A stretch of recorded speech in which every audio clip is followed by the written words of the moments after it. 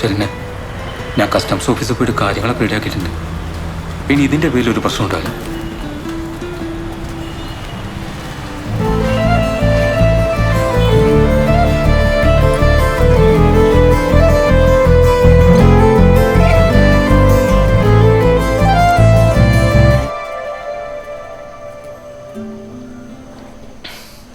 കോടതിയിൽ നാട്ടിലൊക്കെ എല്ലാവരും പറഞ്ഞടാ, ആകെ നാണക്കാടായി. എന്നാലും പാച്ചിക്കെങ്കിലും വന്നിട്ട് ഇനിയിപ്പോ ആര് വന്നിട്ട് എന്താ?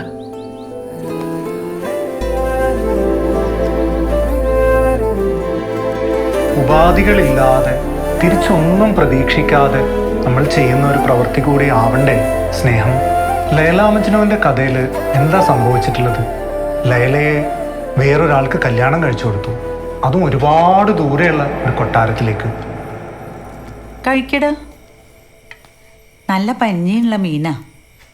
ഇത് കിട്ടുമ്പോഴൊക്കെ എനിക്ക് എൻ്റെ അച്ഛനെ ഓർമ്മ വരും. ഇതൊക്കെ ഉണ്ടാക്കിയിട്ട് ഞാൻ ഈ പച്ചക്കറി മാത്രം കഴിക്കണ കാണുമ്പോൾ മൂപ്പർക്ക് ഭയങ്കര അത്ഭുതമായിരുന്നു. ഞാനും അത് ആലോചിക്കാറുണ്ട്. അത് പിന്നെ ഏതിഷ്ടവും ശീലായി കഴിഞ്ഞാൽ പിന്നെ അതില്ലാണ്ട് ജീവിക്കാൻ പറ്റില്ലല്ലോ. അങ്ങനൊരു ശീലായിരുന്നു ഞങ്ങൾ തമ്മിലുള്ള ഇഷ്ടം. അതിലല്ലേ ഞാനിപ്പോഴും ജീവിക്കണേ.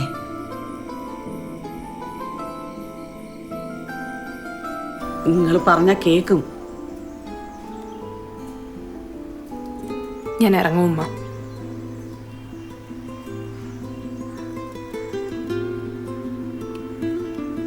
അസ്സലാമു അലൈക്കും.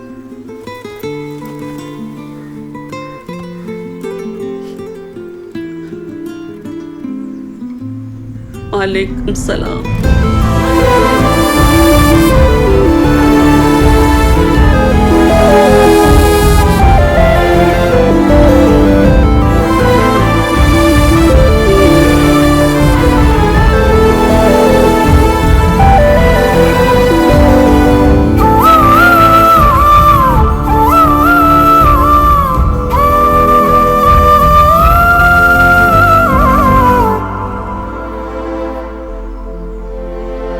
ഇത്രയൊക്കെ ആയിട്ടും സ്വന്തം മോളോട് പൊരുത്തപ്പെടാൻ പറ്റുന്നില്ലെങ്കിൽ അതൊരു അസുഖാട്ടാ.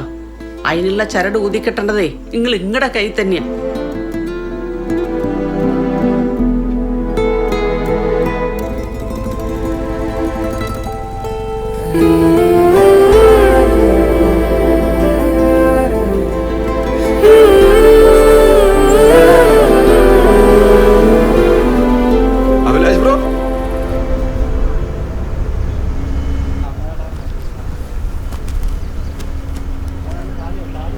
അങ്ങനെ ഇരുന്നാലേ എനിക്ക് റെയിൽവേ സ്റ്റേഷൻ മിസ്സാവും.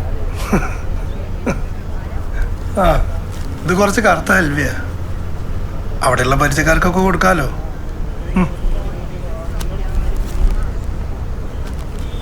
അനക്കൊന്ന് സംസാരിക്കാൻ സമയം ഉണ്ടാവുമോ? സത്യത്തില് നമ്മൾ ഒരേ തൂവൽ പക്ഷികളായിരുന്നല്ലേ. പക്ഷെ ഇങ്ങക്കായിരുന്നു കേട്ടോ ചാൻസ് കൂടുതൽ. അതെനിക്ക് പിന്നെ മനസ്സിലായത്.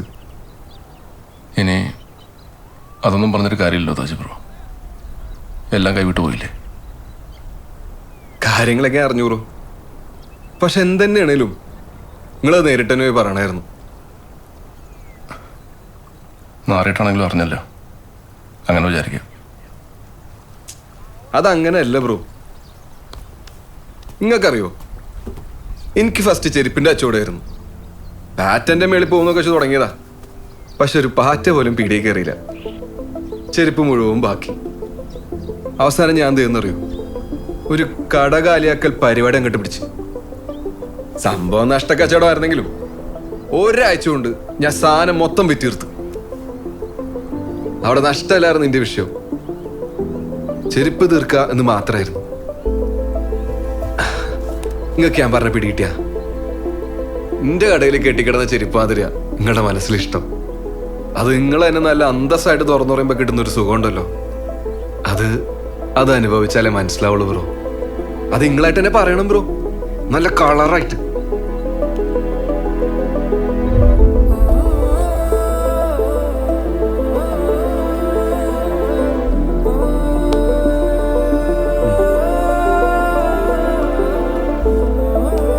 പിന്നെ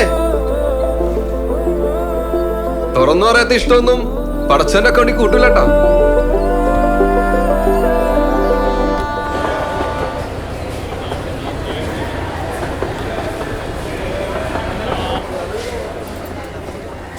നീ അവിടെ പോയിട്ട് എന്താ പരിപാടി? അവിടെ ബാക്കി വെച്ച കുറച്ച് കാര്യങ്ങളുണ്ട്, ശരിയാക്കണം.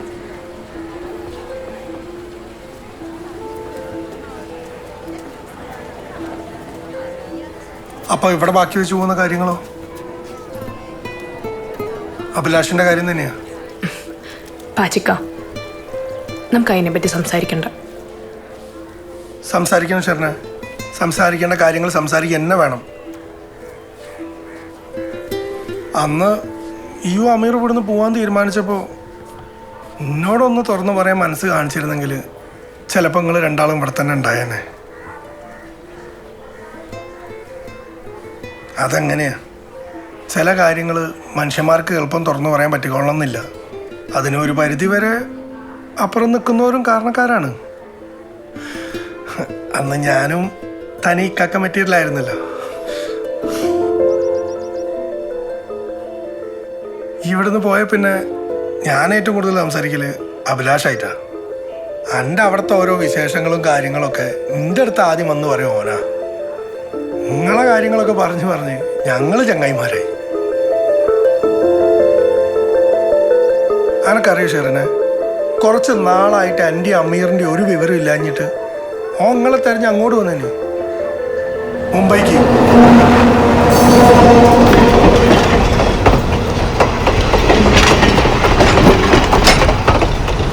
ഇഷ്കും തിരഞ്ഞ് അലമകയും ദിക്ക് മുഴുവൻ അണിനലഞ്ഞേ വിള്ളൽ വീണിടും പുള്ളും നീളമാ ഉള്ളിനുള്ളിലാ. അമീർ പോയെന്നും ക്ലിനിക്കിന്റെയും വീടിന്റെയും വാടക പോലും കൊടുക്കാൻ പറ്റാണ്ട് എൻ്റെ ജീവിതം വഴിമുട്ടിയേക്കാന്നു അന്നെ പോയി തിരിച്ചു കൊണ്ടുവരണമെന്നു എന്നോട് പറയുന്ന അഭിലാഷ. മഴ മാറി നിന്ന് ഓൻ കാരണം നമ്മളിപ്പോ ഇവിടെ ഇരുന്ന് സംസാരിക്കുന്നെ. പൊറുക്കാതെ പോയാൽ എന്നെക്കാൾ ഒരു ആയുസ് മുഴുവൻ നീറാൻ പോകുന്നത് ഓന്റെ മനസ്സാ.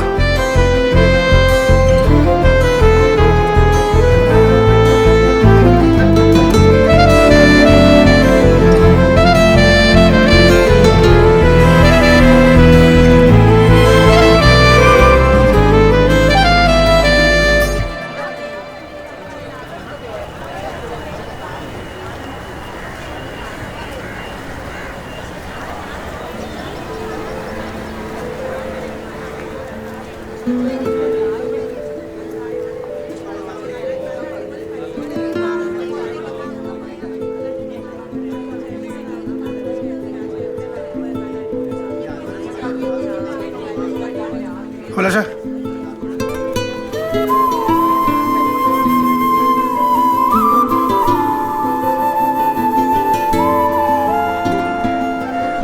നിങ്ങൾ സംസാരിച്ചേക്ക്, ഞാൻ മൂക്ക് മുട്ടായി മേടിച്ചു കൊടുത്തിട്ട് വരാം.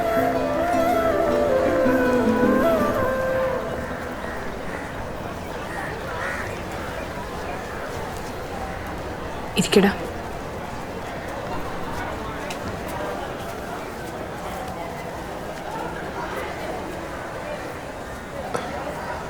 ഇനി എന്നാ തിരിച്ച്?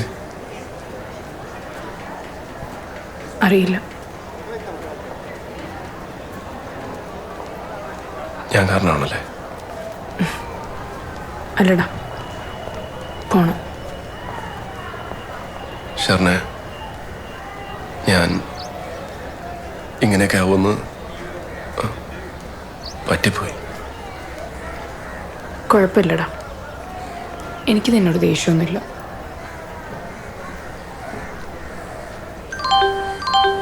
ദയവായി ശ്രദ്ധിക്കുക, ട്രെയിൻ നമ്പർ 16382 കന്യാകുമാരിയിൽ നിന്നും കോട്ടയം പാലക്കാട്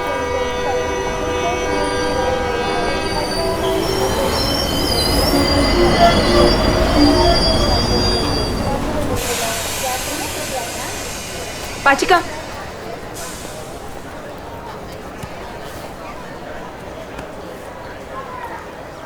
ഷെറിനെ എനിക്ക്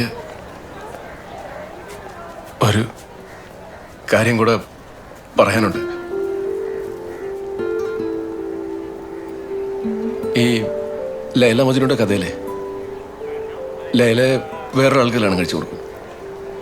പക്ഷേ മജ്നുവിന് സ്നേഹിക്കുന്നത് നിർത്താൻ പറ്റില്ലല്ലോ.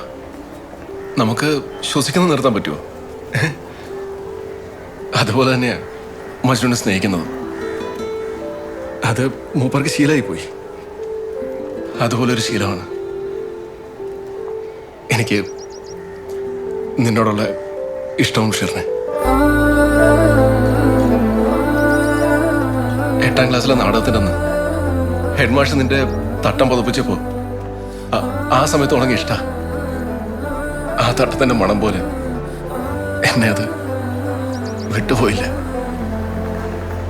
ഞാനത് പറയാൻ ഒരുപാട് നോക്കിയതാ. അമീറിൻ്റെ എന്ന് അറിഞ്ഞിട്ടും ഒരിക്കലും കിട്ടില്ലെന്നറിഞ്ഞിട്ടും ഞാൻ നിന്നെ സ്നേഹിക്കുമായിരുന്നു ഷെറിനെ. കാരണം എനിക്കത് ശീലമായിപ്പോയി. അമ്മ പറയും ചില ഇഷ്ടങ്ങൾ ശീലമായി കഴിഞ്ഞാൽ പിന്നെ അതില്ലാതെ ജീവിക്കാൻ പറ്റില്ല എന്ന്.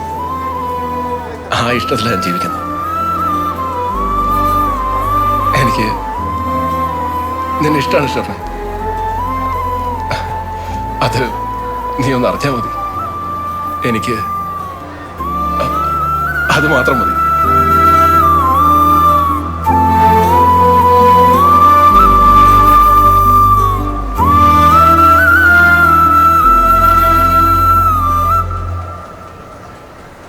എനിക്ക് നിന്റെ ലൈലയാവാൻ പറ്റില്ല അഭിലാഷ്. അത് നിനക്ക് മനസ്സിലാവുമല്ലോ.